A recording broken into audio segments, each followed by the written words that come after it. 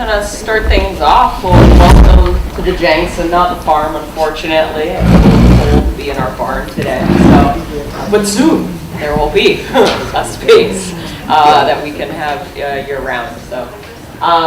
But most of you guys know me, at least from the farm side. You guys probably recognize me too from your tours and everything.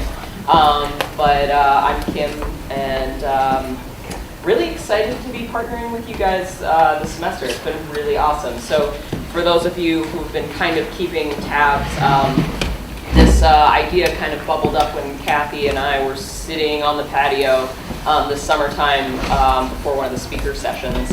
And because she's got a field lab anthropology class where essentially the students over at Tufts get to really practice the kind of the logistics and the, they'll be able to explain it a lot better than me, but all of the things that you need to do ethnographic studies.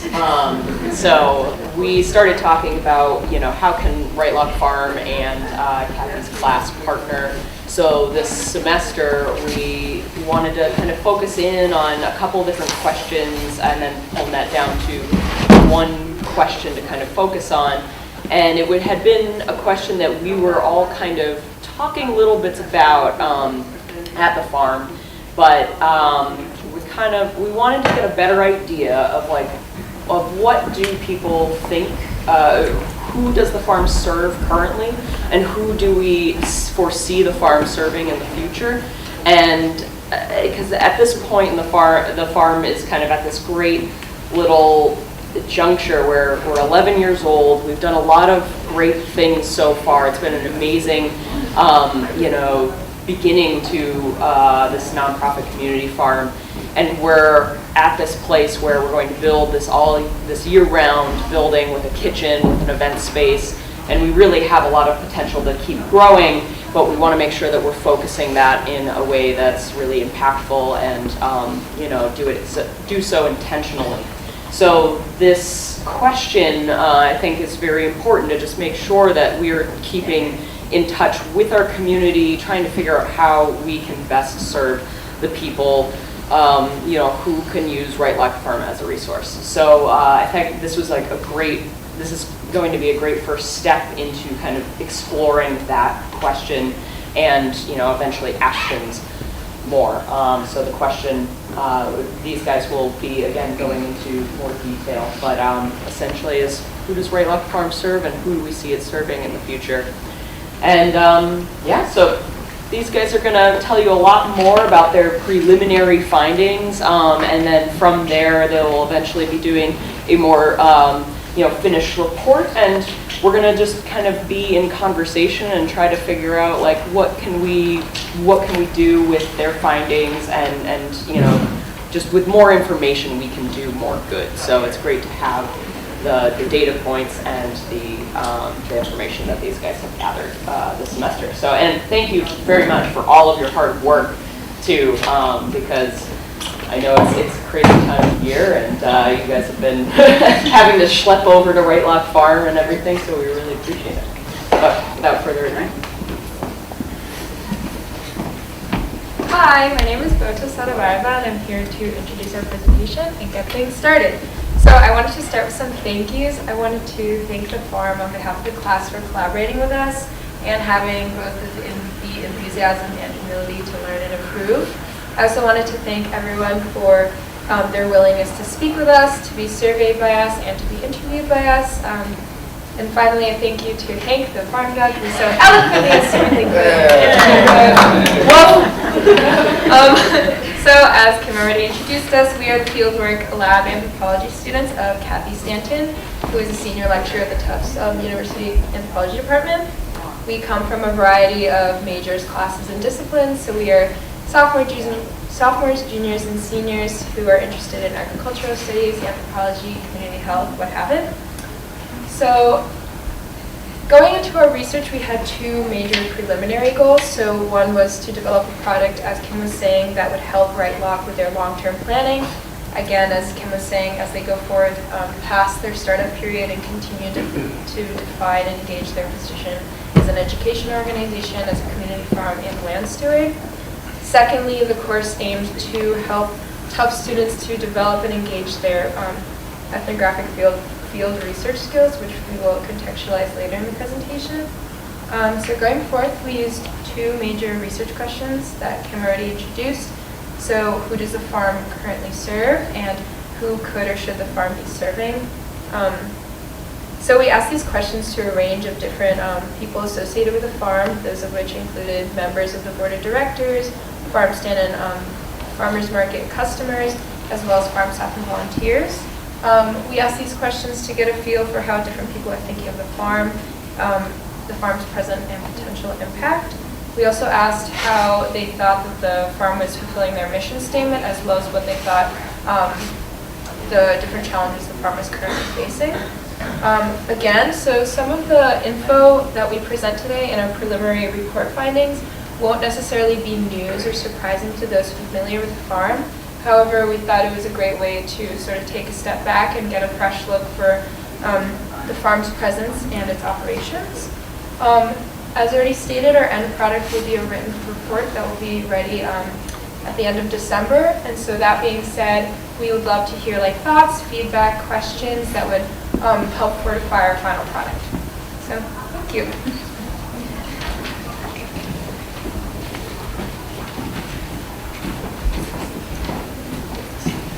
Okay, great, cool.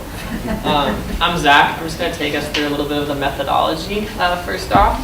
I'm going to address 4 techniques we chose, and then briefly touch on reflexivity, and then conclude with how our research joins existing and ongoing work, which we just messaged. So our first technique was participant observation. At the beginning of the semester, our class visited the farm as a group, and we took a tour of the grounds. And then in the following 3 months, we traveled to different sites.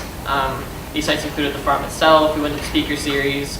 We went to both the Lexington and Winchester farmers markets, and we kept notes on embarking on each endeavor that we later drew on to write later longer impressions that we turned into field notes. Our second technique was ethnographic interviewing. So each student contacted, recorded, and transcribed 1 to 2 interviews with people affiliated with the farm. We totaled 25 interviews between 30 minutes and 2 hours in length. That included 6 farm staff members, 10 members of the board of directors, 8 current and 2 former, and 7 volunteers and 2 individuals from peer organizations such as Lex Farm or Urban Farming Institute.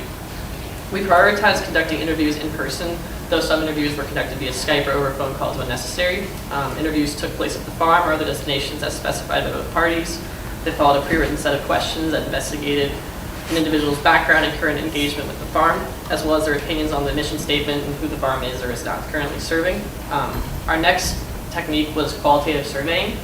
We completed 120 brief verbal surveys from a variety of locales. We visited Winchester and the Lexington farmers markets, frequented the speaker series, and roamed the farm estate itself to conduct these surveys. The survey explored individuals' engagements with the particular site and asked participants how they viewed the farm in terms of its mission and current standing. We will continue this research by reaching out to local community organization leaders in Winchester. Our fourth method was discourse analysis, or our coding section. In this section, we poured over one another's field notes, interviews, survey data, to gain a deeper understanding of the project in addition to what we ourselves had discovered during our research. We performed manual and mechanized keyword searches for terms related to our key questions. This strategy allows us to isolate important portions within our data set, the most related to the topics we were interested in, and the themes we discovered. We followed up by this exercise by performing systematic, meaning looking for a certain variation within the data, and informal, just more loosely associating our findings, coding as groups guided by ideas we discussed frequently in class, such as separating responses by location or answer type. Just a little portion on reflexivity. In engaging with this project, we remain committed to acknowledging our own reflexivity as investigators. Our research did not take place in a vacuum. Every conversation, email, and interview we contributed altered to the site that we were studying, and as researchers, we must remain aware of our own backgrounds and theories that we bring to the site. Thus, when performing our analyses, we took this reflexivity in mind. And I just want to conclude by saying we went to this project with an understanding that previous work had already been done, and we feel it's important to acknowledge that. Between many individuals and places in the farm, similar conversations were and still are going on, such as regarding accessibility and audience. Previous efforts have been made to address certain aspects, such as creating or broadening more farmers markets or redistributing farm resources, and as a class, We also looked at certain reports like Joseph Manganiello's titled Policy Analysis for Exercise for Wright Locke Farm, which offered examples of how the farm could reshape or rethink its current policies. So we did our best to incorporate this understanding within our approach, within the methodology, and acknowledge that. So thank you. Thanks. Hi, I'm Kirill. I'm going to piggyback off of some things that Zach just mentioned. So Zach talking about reflexivity is something that we took very seriously in this project, and I'm going to talk about how we moved from methods and incorporated theoretical and contextual frameworks into the discussion we're going to have today, and then the project we will all do for the month of December. So in our survey questions and interviews, we focused a lot on language and the implications that language has. So we used words like audiences, customers, group, populations, and community intentionally to keep it open and accommodate a variety of responses from you all and also people that we surveyed and interviewed, like volunteers in the farm. Folks, so diversity and inclusion was a framework that we used in a lot of our coding and discussion in class. And we got that from Julie Guthman and Leah Penniman, and we'll talk more about that in some following slides. So we used discourse analysis in the body of data we collected, and we were cognizant of how language, coded and explicit, around diversity and inclusion has emerged from our class discussions and data. So we were really intentional about our own positionality as Tufts students and what it means to talk about diversity and inclusion in the classroom and what that looks like in other contexts. So at Tufts, we use this term often to think about individual and group positionality and how that contributes to a certain space or environment. So often race, social class, gender, ability, economic status are examples of some of the social locations that we use to describe diversity and inclusion. So language, this is a language that we sort of framed our research under, and we talked about who Wright Locke currently serves and who they could serve. So that's sort of our background there. And in preparation for our fieldwork experiences, we worked a lot with our guiding question and thought a lot about how community members working with us would interpret what we were asking, and how academic lenses can, like a anthropological lens, can change how we approach something like this. So from what we found in our data collection, moving from methods to analysis, we saw our data revealed that there is certain language about diversity that was mentioned and some language that was missing or coded. And we were attuned to the racial and class underpinnings of certain coded language, and that's language that people may think have really clear implications but might carry things that are not necessarily universally understood. And we'll expand on that in following sections. So again, we designed our questions to accommodate a variety of interpretations, which we then reviewed and coded with similar articulations of things like location, race, and class. And then we used our theoretical frameworks from Julie Guthman and Leah Penniman to contextualize everything that we were learning. Thank you. And then we also tried to put the farm in a spatial and historical context, and particularly in its geographic location, which a couple of other people are going to say more about, but we often think about the farm and Winchester as being suburbs. That's kind of a common term, but this term peri-urban is potentially really useful for kind of shifting how we think about farms within this space. So peri-urban sort of implies more spaces around cities, and particularly agricultural spaces around cities. And it kind of puts it in a global context, which is not just kind of these global north cities and industrialized cities, but suburbanized cities, but any space around a city where people are growing food to provision a city, which of course has a really long history, and also there's a lot of resurgence of that at this point. So it foregrounds the historically really close relationship that particularly industrialized modern cities have with their rural hinterlands or their food sheds, like where they get their food, including those around Boston. People probably know Brian Donahue's work. I don't know if you do, but a very, very comparable book about Weston and Landsake Farm in Weston. So, such a similar suburb in a lot of ways, even starts with a W. So it's kind of a sister suburb, and we use that to think about. It's a slightly older book now, but thinking about Boston as a specific city, a really valuable book, and a set of ideas of what can a community farm, what can it be, what could it be, this whole idea of a commons. How might that happen in this kind of space, which tends to be, a peri-urban space tends to be sort of a space of flux and negotiation and often a lot of tension around resources as well. And then it also Thinking about it that way emphasizes the historical fracturing of those relationships between cities and their food sheds, and particularly after the rise of the fossil fuel economy, World War II, the highway, the supermarket, the white flight from the cities, the whole growth of suburbs, all of those things that have created what suburbs in places like Winchester are today over the course of the 20th century. So to us, this was an important way of thinking about how an affluent white suburb like Winchester got to be an affluent white suburb, in the particular sense that we see it now, and why inner cities, which is kind of one of those coded words that Kirill is talking about, became more people of color, poorer, kind of how that fracturing happened, how that division happened. And then the fact that this is still happening, these processes are still happening around the world, including all kinds of cities, modern cities, new cities that are growing really rapidly. This is another context that we use to think about it, which is talking about food sovereignty and rural people, flooding into a lot of rapidly growing cities, but people who have previously grown their own food and no longer do. So it's people kind of all across the socioeconomic spectrum now, increasingly going back to growing food or trying to continue with growing food. Putting Wright Locke into that context really shifts how we think about it as kind of a well-to-do farm in a well-to-do suburb, and more to be as part of a really kind of a global conversation about where do cities get their food and who can or should grow them, or what should we do with land resources. So I talked with Patricia Spence, who's the director of the Urban Farming Institute based in Mattapan now, and she said, so they work on urban farming. They got delegations from China, from India, from Pakistan, from all over the place. And this is a picture of Seoul, Korea at the bottom there. But there's like people all over the world trying to figure out this urban farming thing, or suburban, peri-urban farming thing. So that's, the feelers are out there asking those questions.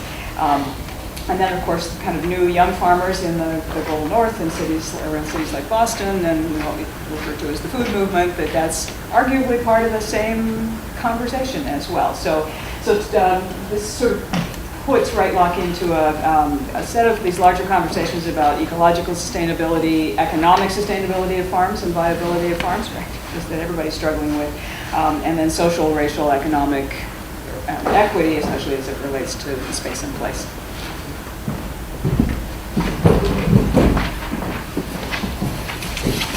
I'm Rachel. I'm going to start getting us into some of our findings, starting with the question of whom people see the farm currently serving. And I want to preface it by saying that a lot of the themes that I'll get into, like geography and the idea of community and values, will be elaborated on a bit later in the presentation. So I'll start with talking about our survey, or not survey data, sorry, our interview data, which was with staff members,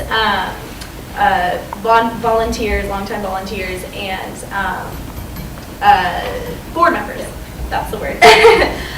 So a common thread was an emphasis on local families and an emphasis on locality in general, and location and geography as an indicator of audience. This audience was primarily Winchester, but there was a lot of discussion of branching out to primarily Lexington and Arlington.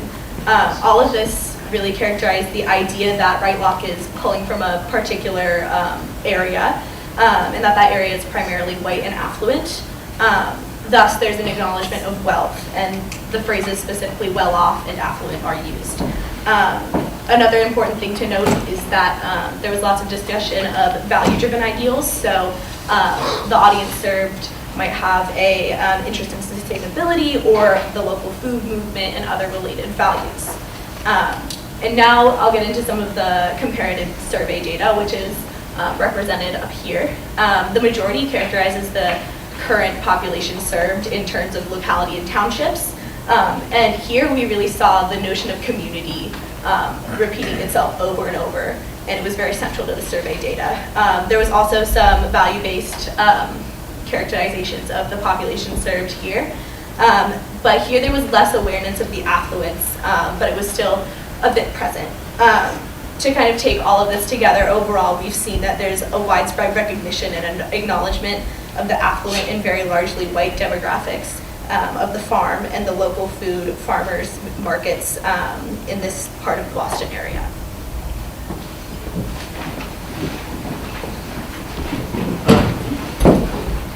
Hi everyone, I'm Aiden. I'm just gonna go into a little bit more, kind of a central question of what we've talked about is who the farm could or should serve, and I'm gonna kind of detail some of that now, and sort of those conversations we had also based off of survey and interview data.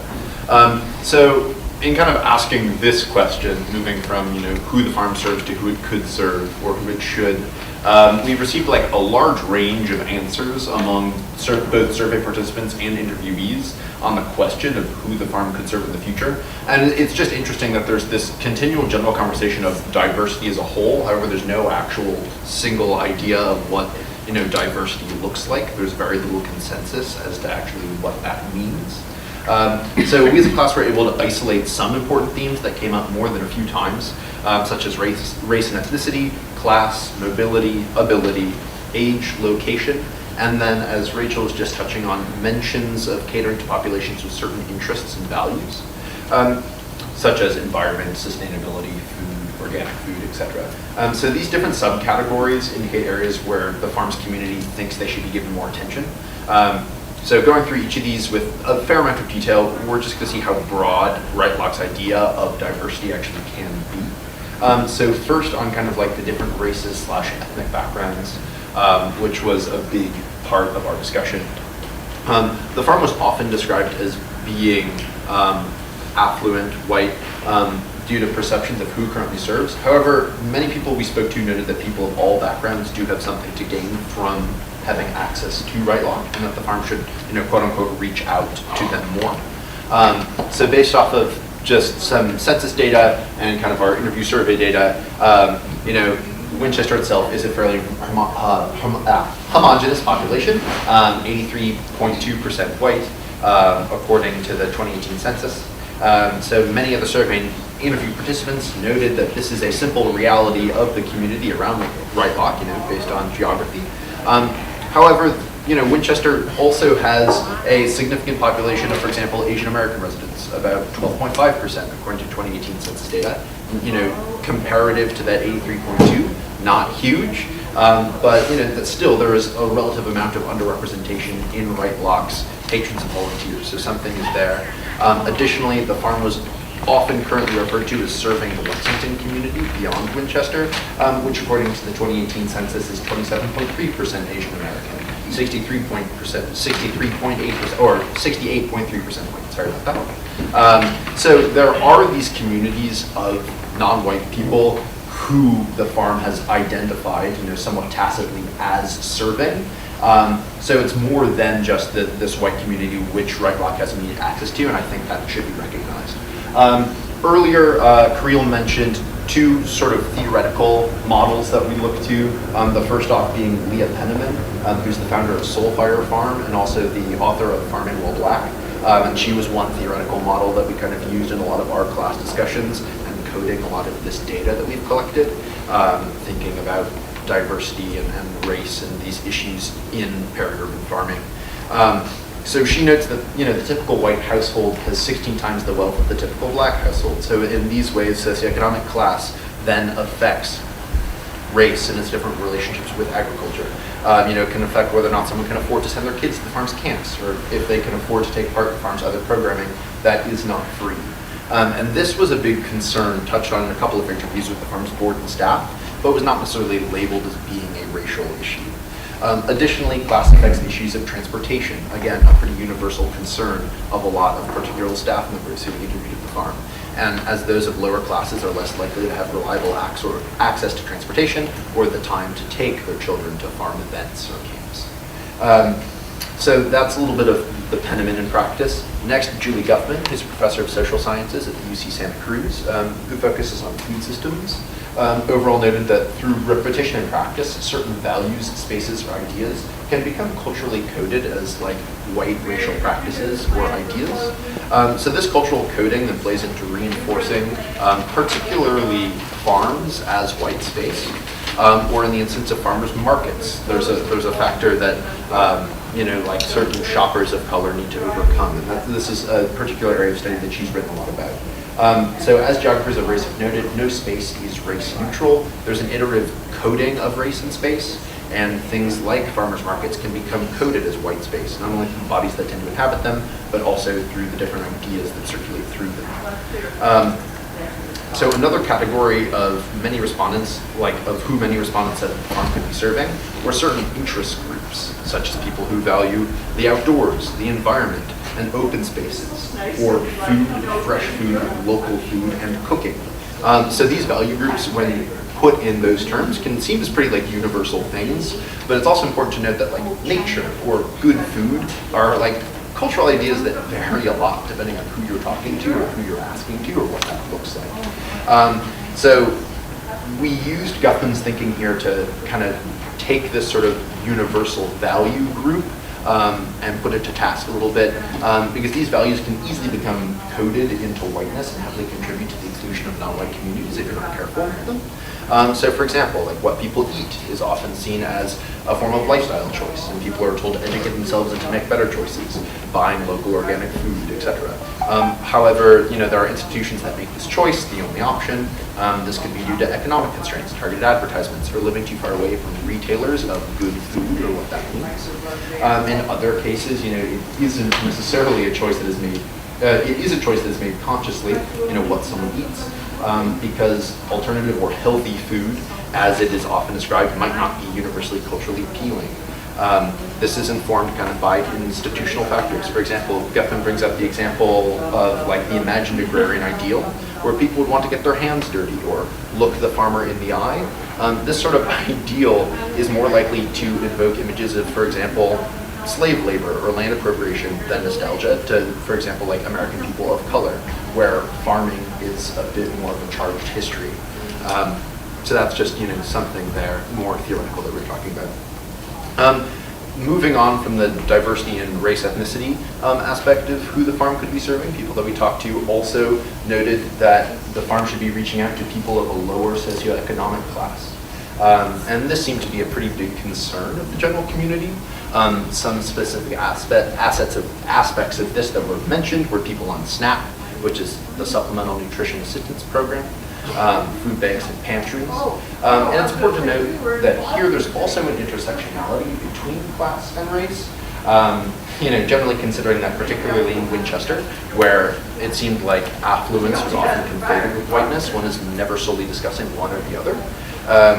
So here I want to take a moment to, there's this recurring term that continued to come up in a lot of our discussions, which is the term inner city kids, and we touched on it earlier. This is just one example of this is a charged term that has come to conflate a lot of race and class and been influenced by a lot of historical processes, but this continued term coming up shows that we're not discussing neither race nor class separately, but kind of often them as a muddled conflation.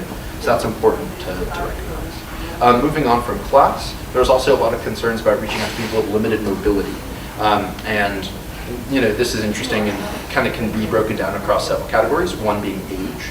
So, some senior citizens may have age-related lack of mobility, whether that be physical, as in the farm being difficult to navigate by a wheelchair, or there being a lot of steep hills and uneven ground, requires a certain, mobility of the body.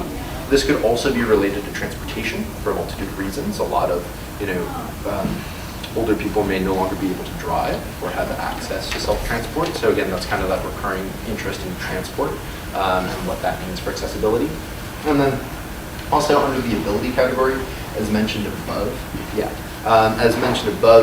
despite the addition of ramps and railings, the natural landscape might be difficult to navigate if one has certain physical impairments. Again, another category of interest that people want to reach out to were people who are disabled, which is a very general category, but an array of different impairments, whether that be mobility or intellectual disabilities. And then lastly, there's an interest in reaching out to people of all ages, specifically seniors and older youth and adults. A lot of people describe the farm as serving families, but there are general communities of both elderly people and young adults who might not be being accessed in all ways that they could be. Particularly when you're looking to those who do not live in Winchester or Lexington and reaching out through those surrounding communities. There were first thoughts on pushing into places like Arlington, Belmont, and Burlington, and even mentions of pushing further into urban communities such as Boston proper, Dorchester, Somerville, Cambridge, and Roxbury. But overall, through all of this, I think it's important to note that there is like this idea of diversity as a moment concept, and diversity takes many forms for people with whom Wright Locke Farm is involved. And Wright Locke's community thinks that the farm should serve anyone from non-white populations to elderly people to the immediate community only. And there's no clear answer here. So the generality of the line build a broader community in the Wright Locke mission statement is one thing that underlines this. Broad community is a term that can be utilized to describe any and all people, a group however big or small. And clarification of this community is a critical step to take when considering how the farm can and should move forward. Now we're going to touch on mission statement. Yeah, so from that segue, part of what we wanted to talk about with the mission statement is that the use of terms like building broad community in that sense are vague in a way that helps the farm build towards all of the programs that the farm is working on are building towards these ideas that are really large and encompass things like diversity and inclusion that are sometimes kind of too vague to fit into one sentence of the mission statement. And so that was one of the critiques that we found that ran through a lot of the research that we did. But at the same time, our purpose with this section of the presentation is not to rewrite the mission statement. So we also wanted to talk about how the mission statement serves a really functional purpose that we found, that it is being used as a lens to view the rest of the farm and a framework to make decisions off of. And so in that sense, it's continuously being fulfilled every season and every time that improvements are made on the farm, being able to refer back to a document like that encompasses ideas from a lot of different people with differing opinions on what the farm is or could be is a beneficial thing, but at the same time makes it difficult because all of those different and well-meaning opinions about the farm all lead in different directions, which makes the mission statement a difficult thing to talk about because while it's vague and encompasses many different things, that's a positive because it helps bring towards an aspirational future, and in that way there are going to be different degrees of improvement and a desire to reassess at all times, and that reassessment sometimes is really concise, and sometimes what we're finding is not as concise as it could be to build towards a future that really makes sense. So that's kind of what we found from viewing inwards on the mission statement and talking to a lot of people on staff at the farm. But we also have a lot of data about that from our surveys. So, yeah.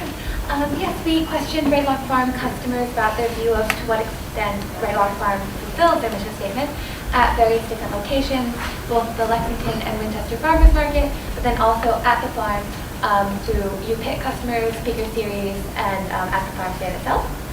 We would first read the respondents' mission statement, and then we would have them rate their satisfaction as very well fulfilling, somewhat fulfilling, a little, not at all, or no answer, or they did not have the context to respond. And at Lexington and Winchester Farmers Markets, Wright Locke Farm booth customers, their answers were not always based on a depth of actual experience with the farm itself, as only 52.78% of the surveyed farmers market customers had not been to the farm itself to observe its historical presence, education programs, land usage, and on-site community building. But these customers were still overall positive about Wright Locke Farm's current mission action. In Lexington, 42.86% of respondents had actually been to the farm, but 61.9% of the respondents did feel comfortable expressing their satisfaction with Wright Locke Farm's fulfillment of the mission statement. In the Winchester market, 53.33 respondents percentage of the respondents had actually been to the farm, but the entire 100% expressed their satisfaction with the mission statement fulfillment. And then at Wright Locke Farm itself, through the different events, 72.73% of respondents expressed satisfaction. And you can see that up on the charts here. The bottom one refers to the farmers market, and the majority of the dark blue is the response of very well fulfillment. The small orange section is saying somewhat fulfilled. They were overall positive. And then the remainder was really people who felt that they did not have the proper knowledge or context of the farm to respond. And you can see the same mirrored above on the farm with the addition of the gray area where people skip the question. So no one actually said that the farm only a little or not at all fulfilled their mission statement. There was no critique that destroyed people's satisfaction of the farm. And in responses of satisfaction, there were specific mentions of Wright Locke Farm's community events, education programs, sustainability, use of organic practices, and appreciation for the historic aspect of Wright Locke Farm. And they expressed a wish for, some expressed a wish for more historic emphasis, and with one respondent saying they do it all, both. A couple of respondents were unsure in particular about the success of the land stewardship part of the mission, simply because they either had not seen the farm for themselves or they just felt unsure about the meaning of the term. But the responses did reflect a vague usage of the word broad communities in the mission statement. Many seem to equate broad with local areas, with one respondent saying the mission is local. The general consensus was that the term local extended to Winchester, Lexington, Arlington, and sometimes Woburn residents. Others felt, however, that Wright Locke Farm was not currently broad enough, with one respondent saying that Wright Locke Farm should promote to more people more broadly. One respondent mentioned Wright Locke Farm's commitment to inclusivity, but another spoke of exclusivity issues, and various responses some pinpointed and others alluded to the euphemisms about how socioeconomic status, race, and proximity to the farm were barriers for building broader community. Overall, these findings imply that Wright Locke Farm's customers who are not directly involved with other aspects of the farm and who tend to be from more local towns only really expect vegetable quality, sustainable practices, local community building, and are in general satisfied by Wright Locke Farm's current actions in those regards, while some also additionally mention a desire for Wright Locke Farm to serve communities closer to the city with more racial and economic diversity.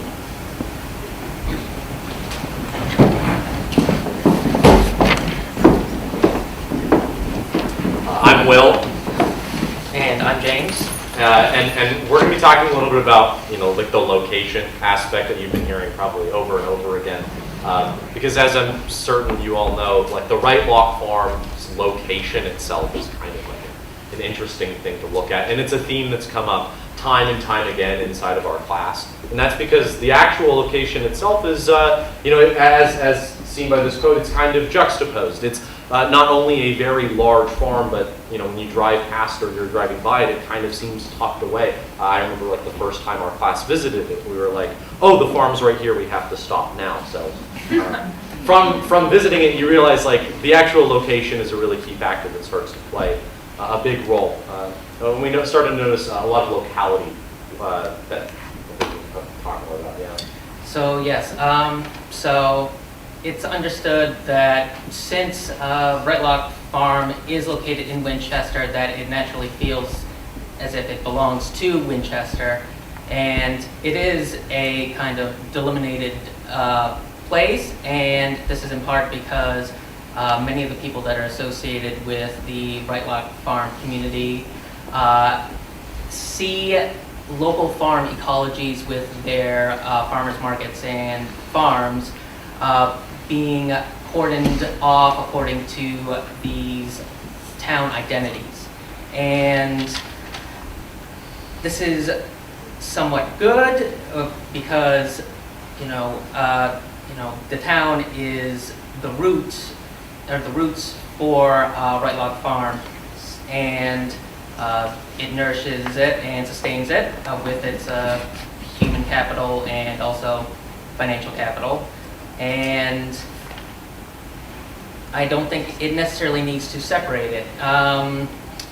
It can be a bit of a negative if we kind of allow it to be cordoned off in this way according to the town in which it's situated, because it kind of like disconnects it, so there's little sense of connection beyond the town itself, with the larger region, that being like the metropolitan kind of area, beyond. Yeah, so I mean, there's a lot of pros and cons to being relatively locally restrained to Winchester, and it's just nearby communities. You know, you get a lot of those people coming in, and it fosters a really good community.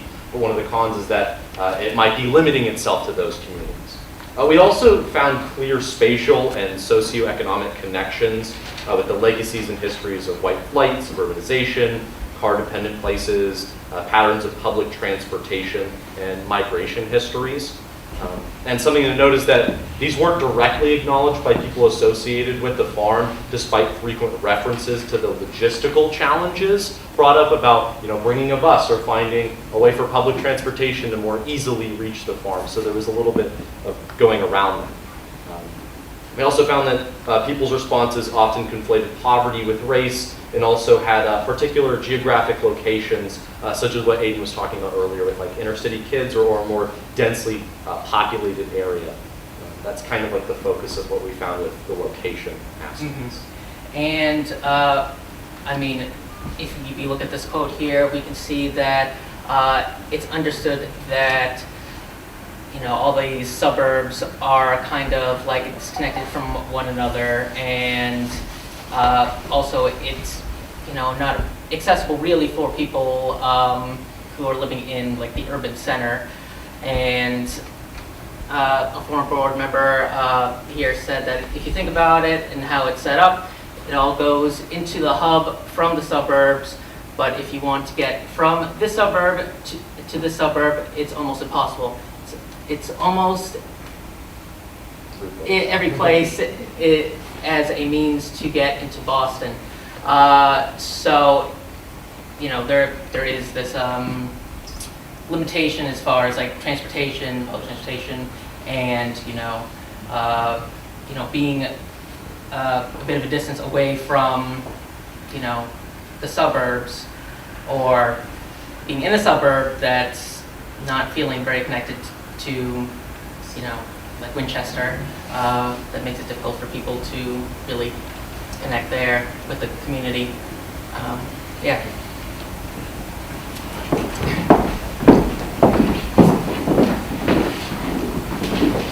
Hi everybody, I'm Lucy. I'm Chin. So, as my peers have already discussed, it's kind of widely known and accepted that the demographics of Wright Locke Farm really do mirror the demographics of Winchester in many ways. And what we are going to discuss during our portion of this presentation is the consensus or lack thereof regarding why Wright Locke Farm should pursue diversity and inclusion work and how that work should be done. So within that, we're going to talk about anxieties regarding diversity and inclusion work, intentionality, time and space, so kind of the pace of this kind of work and how that might differ from other kinds of infrastructural changes that the farm has taken on within the past decade. So from our surveys and interviews, we kind of have seen that there's a lack of consensus regarding the purpose and necessity of diversity work. There has been a lot of people who said, yes, Wright Locke Farm is a unique and incredible resource. The people of Winchester and the people of Lexington, the people who have enjoyed the farm in the past decade have gained so much. And I think even our class has, you know, we've gained a lot from engaging with Wright Locke in the past few months too. So it is this kind of unique and special thing to this region. But also a lot of people have recognized that there already is a broad community that is engaged with the farm. So some people in turn see that diversity and inclusion work is not necessarily something that the farm should pursue with such vigor. Yes, so there are some people who have actually, especially on the mission statement, that know what is broad community and how the farm is working. There's actually there were reservations and there were anxieties and concerns about how you could pursue outreach and conserve the user audience. One staff member said that some people consider outreach and diversity, and I quote, not a priority, or thought it was just being too specific or something, or said that's not our mission. They said that there were a lot of concerns about what is actually the broad community that Wright Locke is seeking to serve, and to what end are they serving. And there were some people who said that there's an issue of resource allocation, that One member was quoted saying, well, there's also another issue, how far does one go? And they were presenting diversity outreach in terms of marketing. There's always a matter of resources. How much time and energy is anyone trying to get more awareness? We're thinking about who, first of all, allocating how much resources Wright Law Farm should be spending, how it should be serving, and also who are they representing? Disabled people, working class, lower class people, people of color, and also people extending beyond the locality of Winchester. And one person actually expressed the concern that actually, frankly, they're not sure what is the goal of actually having us investigate ethnographically what Wright Law is serving. And this is a question that is implied in through these conversations and expressed, but that isn't being cohesively discussed or interrogated, is why diversity? To what ends are you seeking diversity from? And what does this diversity look like? We're seeing diversity as a concern of optics concern, as a concern that, this is the same few people who are attending the Wright Law Farm. We are seeing as a values issue, believing that sustainability and eating organic food, it should be consistent with equity. We're also seeing as an issue of liability and unrest. We are seeing as also as an opportunity and marketing issue. But what is taking priority, and who are you seeking to extend the olive branch to? One member expressed, and I quote, we need to talk to them. And again, who is them? Are you interested? Would this be interesting to you? And they said that, there's a lot of relationships that need to be developed. We are looking at how does Wright Law seeking, first of all, to build outreach, to make alliances, and to collaborate with others.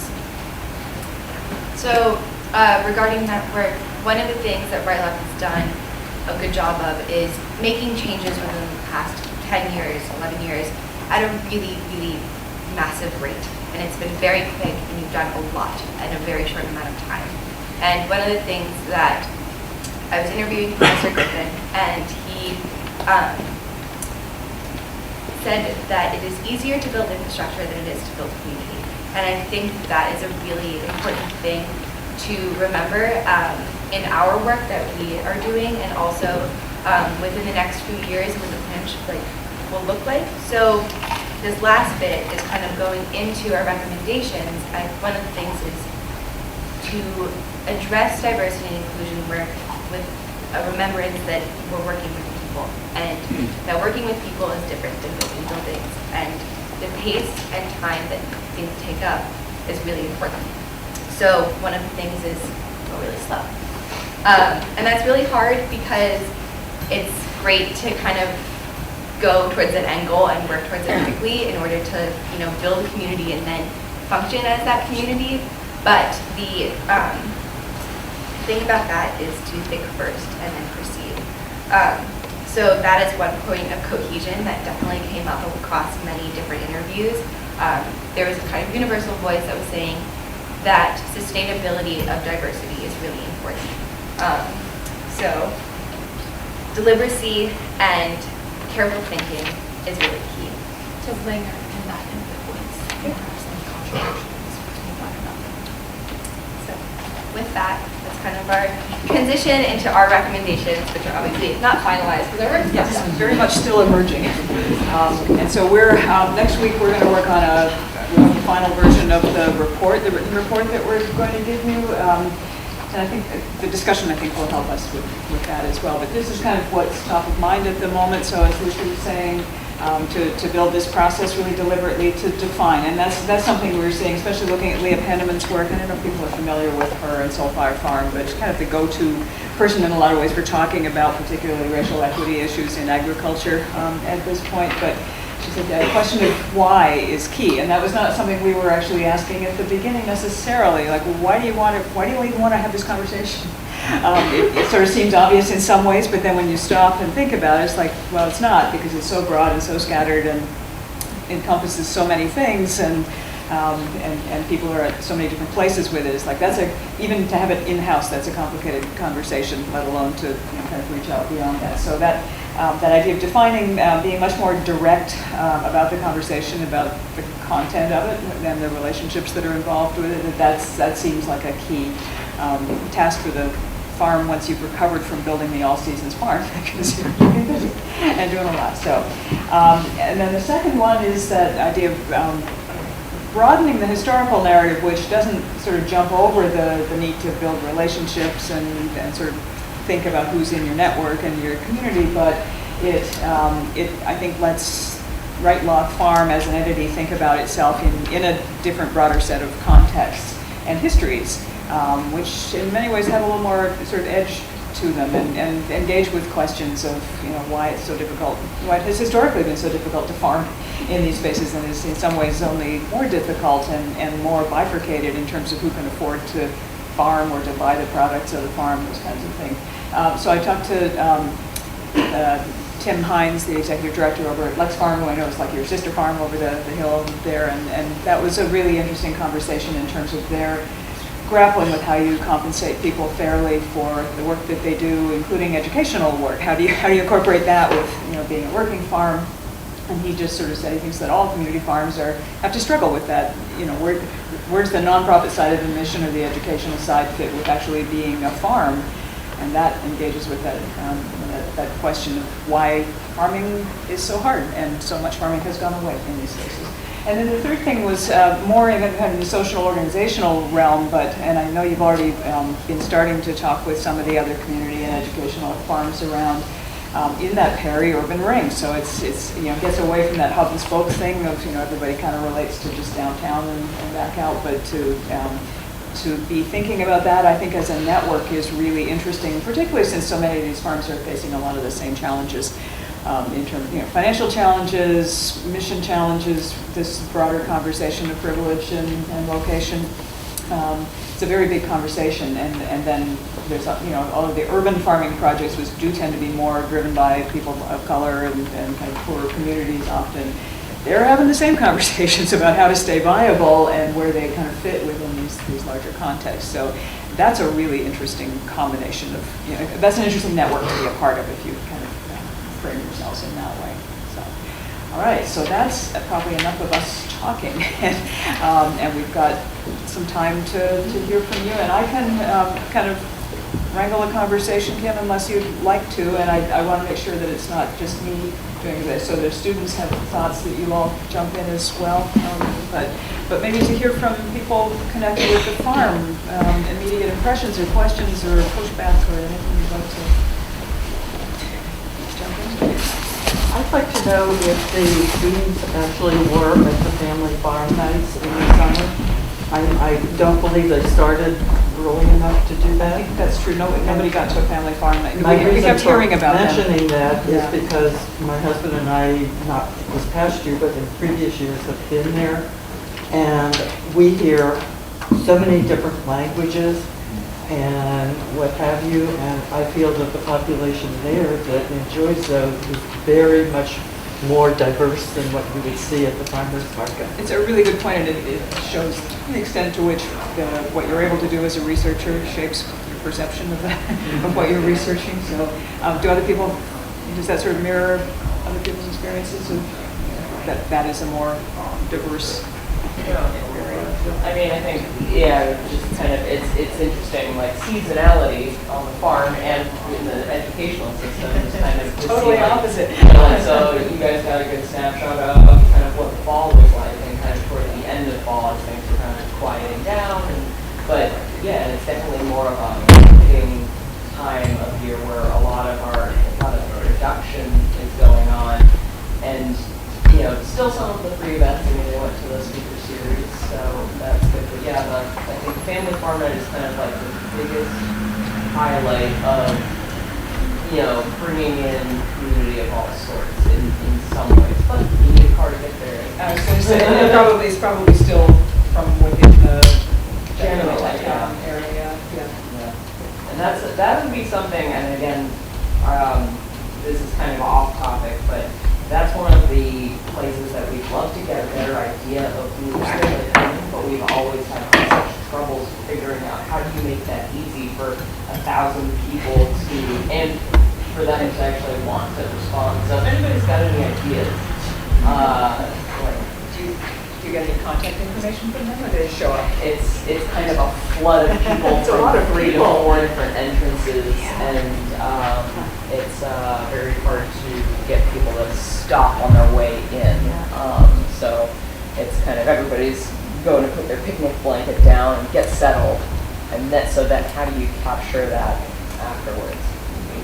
Almost need like a quick sign-in sheet at every entrance, but that would Yeah. bother things. Yeah, and we've tried that, and we've had a lot of pushback from the visitors who say, we don't have time. We've been here before, we're on the mailing list, we don't need to. And it's part of, I think, both the success of Family Farm Night and the challenges. We've made it a very short, intense period. So the concerts are only an hour. That's great because we can afford bands to do that with the support that we get. And it means that it's manageable for us, but it also means that people are very conscious of the time and where they spend it when they're on site. So they just want to do that. So we should think about that. Maybe a future project. And then I think, just coming back to the idea, like you're hearing lots of languages spoken there, is really interesting and significant, but then always important to ask, how does that intersect with class and mobility? That's one kind of diversity, but not necessarily the kind of mix of diversity that we're talking about. I would just ask the class, like, what were some of the most surprising things they learned in terms of the project? Or maybe not so much about the project, what was surprising you learned about the project? Figure that one out. Like that is there, I think it's a start. I think one of the things, a lot of us are not from here. We're not from this area. I'm from New York City. I'm not. One of the things that was most surprising was the division of municipalities within the region that was most prevalent in the piece we read by Donahue about Weston, but then came up a lot with the kind of like division between Lexington and Winchester, or the fact that Arlington feels so far away, so that it's like that is something that was definitely surprising, that places that are so close together could feel so separate and different. Yet, while that could be seen as a negative, it also means that there's immense community building between these smaller regions, and like that's definitely something that I don't have in my 8 million person city, but it's pretty cool here. So yeah, that was definitely something cool for us to see.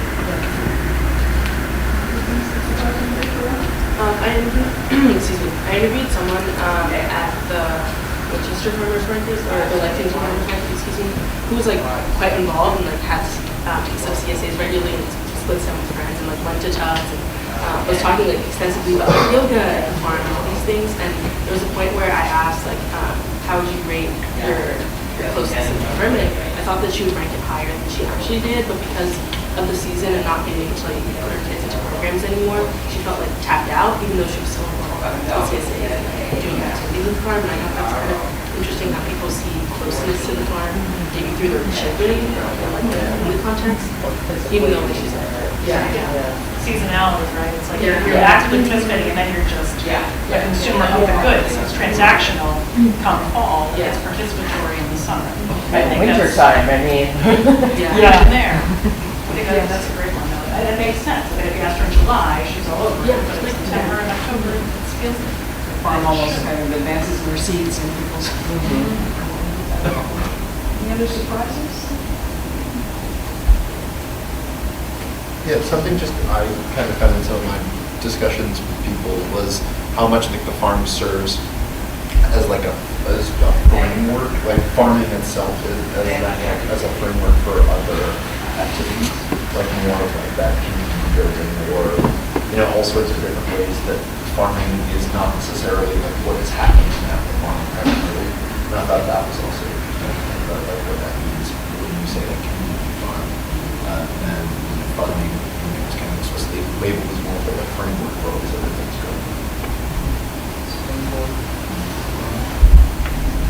I think one of the things that I didn't see that surprised me here was the impact or the attractiveness of the animals on the farm. Because if you're up there volunteering on a weekend, Saturday morning, Sunday morning, you see grandparents bring their grandkids up to see the farm. You see a real mix of age groups. Families come up there and feed the chickens, feed the goats. And it's a real attraction for people. And I just didn't see that here, and I was kind of surprised. Yeah, and we have a little subsection of goat quotes. The goats were clearly important. And this is a bit of a sidebar, but also not. So when I talked to Pat Spence at the Urban Farming Institute, she said, oh yeah, we know about Wright, Locke, and we want to come out there and bring some of our kids out there, because they have 7 little tiny plots around, southern suburbs. And she said, like, I have kids in there, and by the time they're done, there's like no seedlings left because they've traveled all over everything. But also they're desperate to see some animals, like they want to see farm animals. Like, there's a huge appeal, like a real farm has animals. Yeah. No, we should have actually thought of that because it's not necessarily a program, but it's like literally it's an open, like it's a feature that people are drawn to, and not at a specific time or day or whatever. But that would have been an interesting place to catch people to sit there. Right, and it also says like real farm.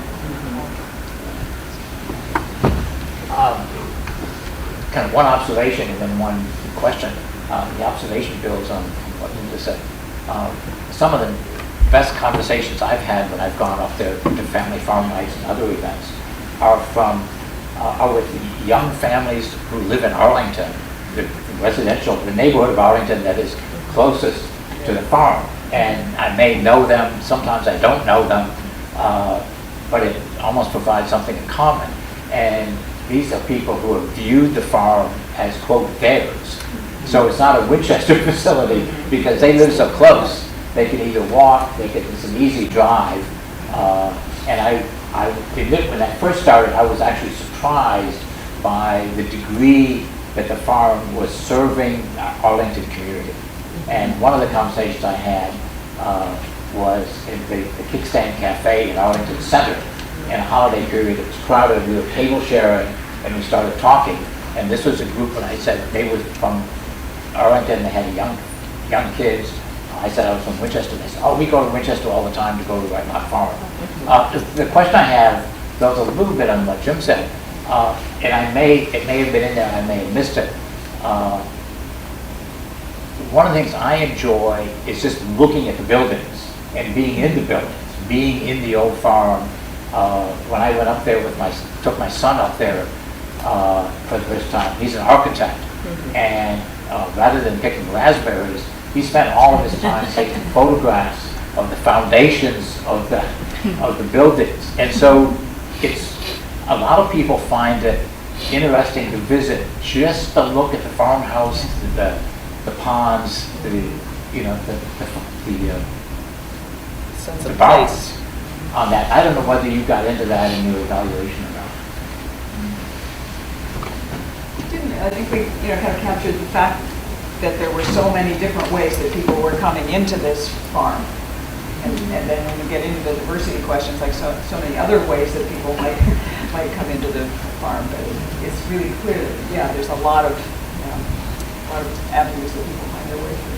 Yeah, particularly we had a lot of discussions early on in the course about like the importance of the squash house too, and like being as like that sort of like blue Hubbard squash and like the structural remnants of that being like important to the history of the farm and like more of an icon of the farm, but we didn't get as much beyond that. So that, and then the raspberry picking was the other thing that came up a lot, and sometimes kind of in the background of like surveys or interviews where people would say, like, my family used to pick raspberry. There was clearly, and I know Archie has talked about that, but it just clearly, had that common memory of that as a thing that people do.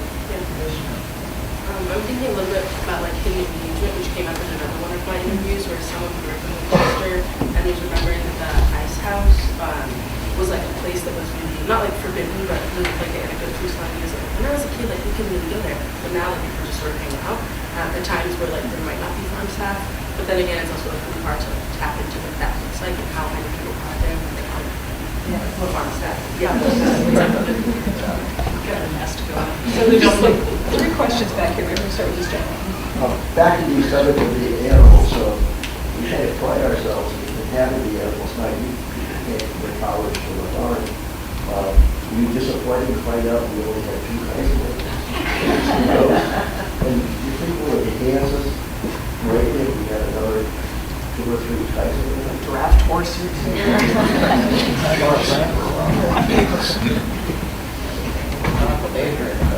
I think something that was really cool that like we got to learn when we visited the farm was like all of the interactions that the animals had, even with such a small like selection of types, like with the dog and the chickens and like that there was a cohesion even with that small group. It's just an observation that we all kind of had. Well, when I talked to a former board member, we kind of discussed about the bees and how that I thought there was, some potential in like drawing people in with, the bees, but there's also limitations too as far as suits and people like, getting involved and actually doing things. And if you're bringing like children to, go see the bees, then, you have to kind of think about, okay, I don't want, these kids to get stung. So, you already do have, like, again, the bees, could be a draw, but, you just also have to think about what are all the things, other things you take into consideration if you want people to engage with it.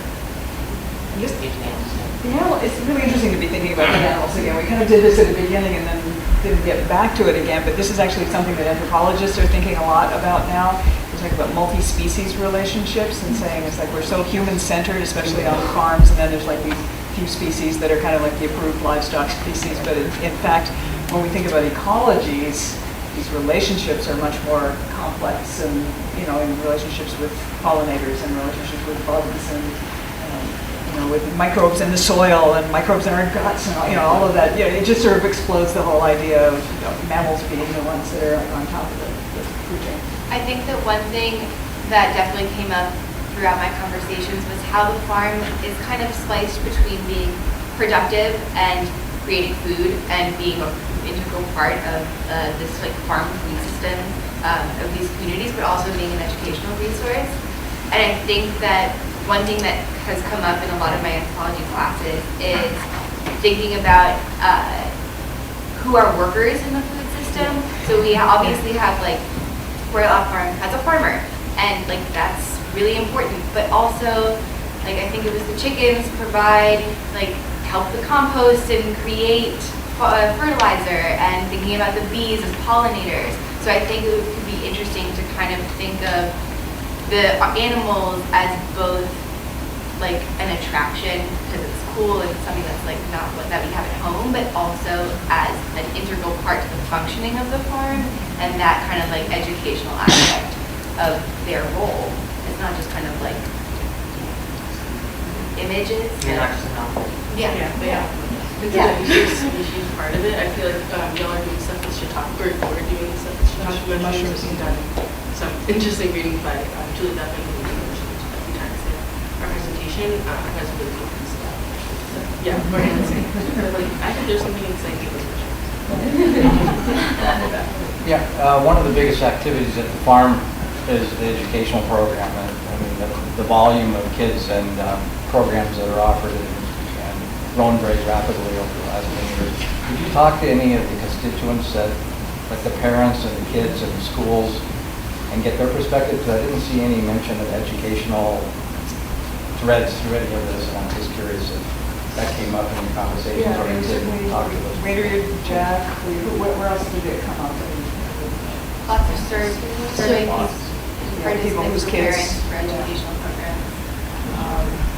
And again, that wasn't something we were directly observing, although sometimes indirectly somebody was interviewing and a Halloween party started and you had to go It's a big audience that maybe you might have overlooked in your data gathering, but it might be.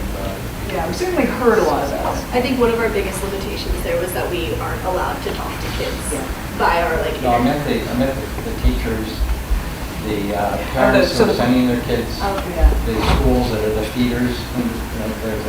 It seems like would be a large population of input around your mission that isn't reflected in some of this. Yeah, I think we're certainly aware of it. So the way we framed this was to say, since we can't talk to everybody, and both logistically and well, just mostly logistically, but that we would try to talk to people who are sort of involved in some way with the core leadership of the farm and people who are consumers in some sense, but not so much the educational programs. So, but certainly we talked a lot about it, we heard a lot about it, and kind of the importance of it. So I think we were bearing it in mind. But you're right, we didn't get that direct input.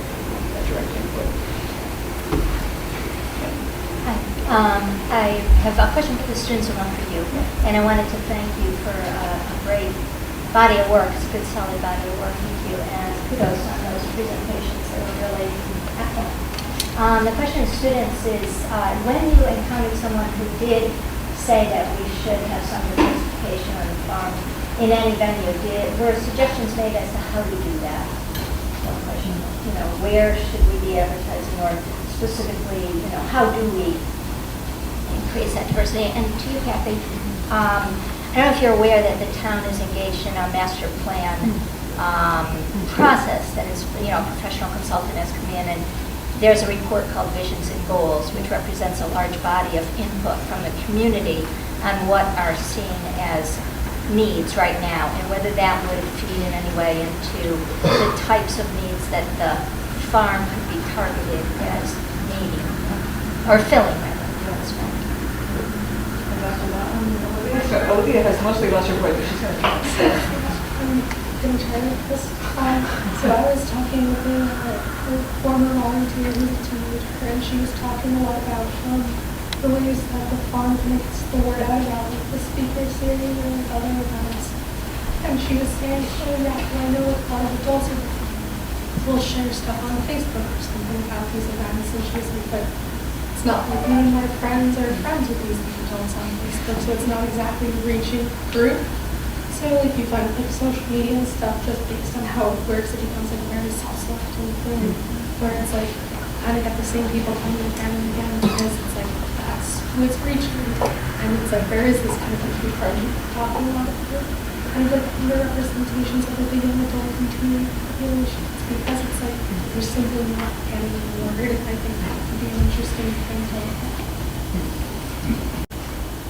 Professor Griffin, whenever there's a event at Wright Locke that he thinks would be pertinent to his students, always shares it. He says that that's one of the ways that people, especially students who are not from Massachusetts or Boston area, who have no idea about this, would be able to get involved in a way that, specific to their interests, but also not super criminal.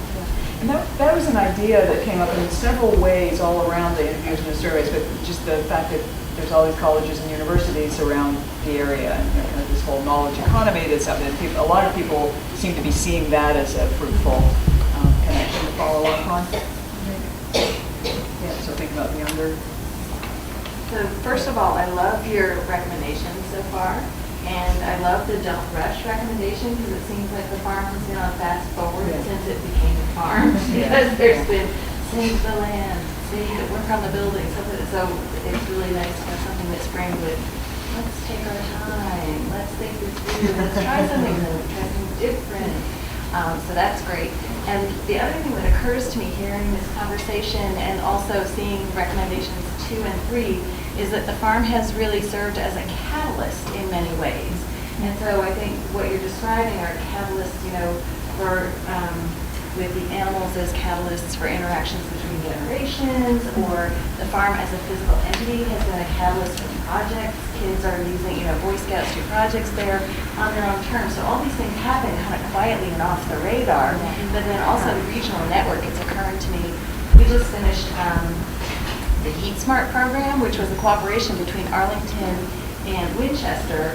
And in the past, you're totally right, all these towns are siloed. That's the first time that we've done a little regional, when the state puts out program opportunities like that, usually a town does their thing. And so Winchester's addressing only the Winchester residents. And I think maybe working at the farm may have helped us say, hey, let's get Arlington and Winchester to do this together. And I think it worked better for both communities.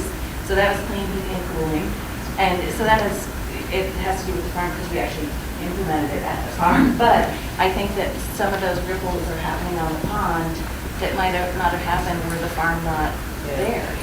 That seems to connect so many things. So that idea of the farm as a catalyst, because clearly there's opportunities there. I find it a really exciting place. So what could we do next? And you're so open to that. It's been really wonderfully welcoming. So sure, let's try that. And I know the MIT group has been there doing something totally different, and there's so much opportunity there. So that kind of connects with that knowledge sector wealth that's there. But it's also ecological thinking, and that I think that ecological thinking is what lets you knit this farm into the wider region and the conversations that are going on around energy and resilience, and then sit on these questions of sustainable, or just sustainabilities, right? The Julian Udgeman talks where he's sort of saying no real sustainability if we can't address the equity issue, if it's just disparity, getting wider and wider. So it becomes a platform, not just a platform, but like a really set of material projects to be thinking about those questions, but then also doing something about it. Something that I found really interesting that people have been talking about, which is sort of connected to building regional networks, is again when I was surveying folks, they were talking about how the community can be really insular, but once you know about it and you're like building connections with people, even folks that interviewed that are in this room talk about how people will come around and know each other, and there's a lot of kids in the program that go to school together, and things like that can be really important in building community in whatever way that you want feel community is true to you. But also once people know about it outside of the insular community, then they can spread it in a way that looks like what it means to work within regional networks. So I think that's really exciting. And to the don't rush point, I love that. And I also have been really inspired by some of the energy around the conversations we've had. So in not rushing, I feel like that's also, you should hold that energy close to you all, because it's really exciting to push forward a lot of cool things in the future. So I think it's don't rush, but keep that energy going. Make it intentional. Rush but don't stop. Yeah, rush but don't rush but So I have lots of different thoughts, and they're not necessarily all connected, but this has been a great process to start, have us sit back a little bit and kind of reflect on things that are a little broader than just the day-to-day concerns of, making sure the farm stand opens on time, or the CSA share is delivered on time. I like the don't rush concept, although when I see friends or acquaintances, they say, well, what's new at the farm? I'm thinking, oh my God, what are we going to do next year that's going to be new? And it's like moving forward. There's always this need and urge to move the ball forward, and we've been pretty, good at that. And at some point, I do agree, we have to take a little breath. Let's just be a farm for a little while. So I think that's really an important concept for us at the staff level to understand, and at the board level to understand, is that, okay, let's not go too fast, too far, or too far, too fast. The other thing that struck me is, I think John brought up earlier on, is this sense of ownership. And I think that's really, really important to a community farm. We are not a private production farm growing vegetables for a profit or for a loss.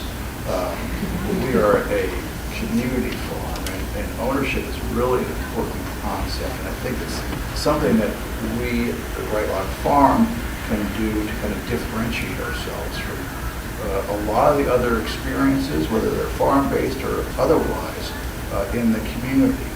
Specifically, John said that these families in Arlington say, this is our farm, this is our farm. And that really is great to hear, because in our early years, we were Winchester's farm. We were taxpayer funded, and there were financial resources from our town specifically for this farm. And the feeling was, okay, this is Winchester's farm. And I think increasingly, it's apparent to me that the sense of pride of ownership and the sense of belonging that ownership conveys could be an important lens to view our activities as we go forward to seek new populations or more diverse populations potentially, and that always to try to figure out ways that you students are now owners of the farm, as I am an owner of the farm, as you are an owner of the farm, as the chicken families are owners of the farm. Because when you own it, you care for it, and it becomes really integral and meaningful. That'd be a good place to wrap it up. Actually, one other point. I know there's a lot of reference to Winchester being a wealthy community and so on, but it's that very wealth that allows us to have the farm. from the fact that they raised $8.5 million to buy the property to the 12.5 acres, so it's not built on. And also the farm needs to raise enough for the farming to be, pay for itself and anything else as far as the care of the buildings. And also the new farm building, the money comes from the wealthy community. Thank heavens we've had it, or the farm wouldn't be there. And thinking about it in terms of resources, there's a community that in many ways is rich in capital resources, but also in resources of caring for this place and valuing it, which is exceptional, not to have saved that. Yeah, I was going to say as a wrap-up, I don't know which of the young women it would be, but I think I said it then, I'll say it to all of you. Number one, thank you. Number two, I hope you won't be strangers to the farm. Like, I hope you'll come in the summer when there's a lot of folks and there's, more stuff to do and see. But now that you know it's there, to Archie's point, as owners, be involved, share your thoughts, show up, be volunteers, like the chickens need a lot of food. There's always chores. So if you need a little, farm fix, you know where we are, you know how to get in touch with Kim, and I do hope you'll stay involved. So we thank you for all of your time and hope that we can give back some experiences to you in the future. Maybe get some